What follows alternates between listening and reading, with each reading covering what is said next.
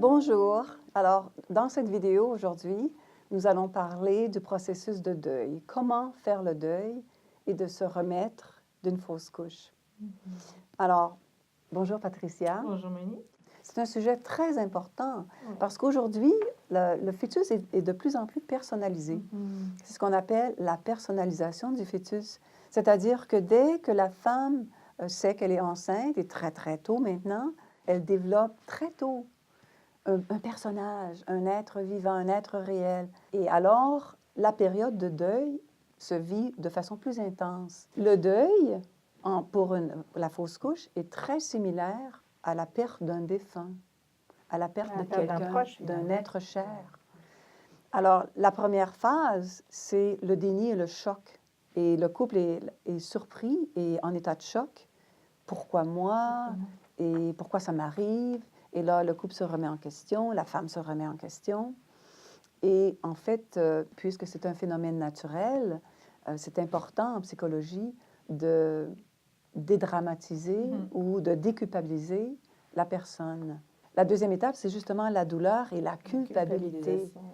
La mère se sent tellement coupable et elle va faire même du marchandage.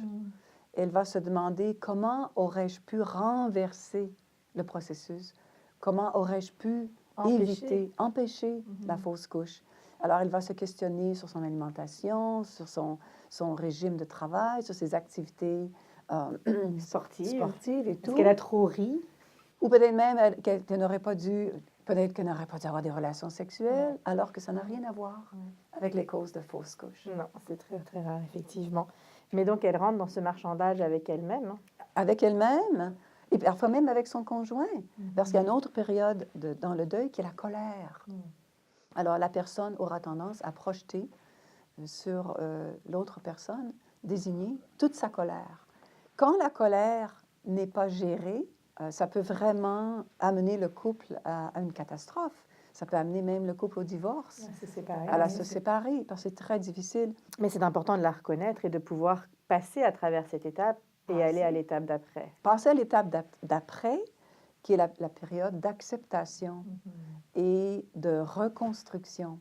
Si la personne est bloquée dans une ou l'autre des étapes, c'est important de recommander de consulter, d'être accompagné. Parce que les gens ne vont pas nécessairement associer leur réaction émotive au deuil comme tel. Et malheureusement, si toutes les étapes de deuil ne sont pas bien accompagnées, si la personne n'est pas bien accompagnée pour aller jusqu'à l'acceptation et la reconstruction, ça peut en effet nuire émotivement et psychologiquement à une bonne préparation pour une prochaine grossesse. Pour la prochaine grossesse. Et souvent, si elle n'arrive pas à trouver ses propres réponses ou si elle n'arrive pas à ce qu'on appelle l'étape finale d'acceptation, malheureusement, elle peut rester aussi dans une phase de dépression. Parce qu'il y a un phénomène physique. La femme elle va faire l'expérience d'un changement hormonal important et brutal avec la fausse couche. Et elle peut rester dans cette phase de dépression physique et de dépression psychologique. Et elle n'arrive pas à se sortir de cette dépression et à rebondir dans la phase qu'on appelle de reconstruction et d'acceptation. Dans la dépression, ce qui devient complexe, dans le deuil complexe, c'est que malheureusement, les femmes peuvent s'isoler davantage, donc moins s'exprimer par rapport au deuil, par rapport à cette perte, s'isoler et avoir recours à d'autres moyens pour faire passer son chagrin et sa douleur. Elle peut avoir recours à l'alcool, elle peut augmenter sa consommation de cigarettes, le tabagisme, ou même avoir recours à des drogues.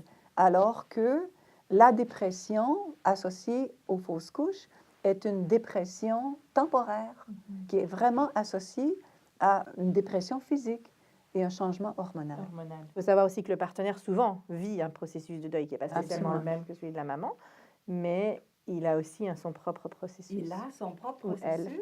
Et le deuil se vit différemment pour la femme et pour l'homme. L'homme va vivre ce deuil par un sentiment d'impuissance et son rêve d'être le père pourvoyeur, d'être le père qui va prendre soin de sa femme tout le long de la grossesse, prendre soin du bébé éventuel.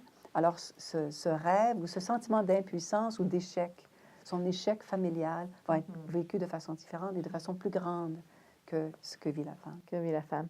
Et donc, ce qu'il faut savoir finalement, c'est que c'est tout à fait normal de vivre un processus de deuil, Oui, qu'il y a différentes étapes au processus de deuil, que c'est important de pouvoir passer d'une étape à l'autre et que c'est aussi important de se faire accompagner finalement si on se sent bloqué dans une étape, si on a besoin d'en parler, si on a besoin d'avoir recours à des ressources externes. oui. Euh, Et il faut être capable de parler ou de consulter. de consulter. Merci. Merci.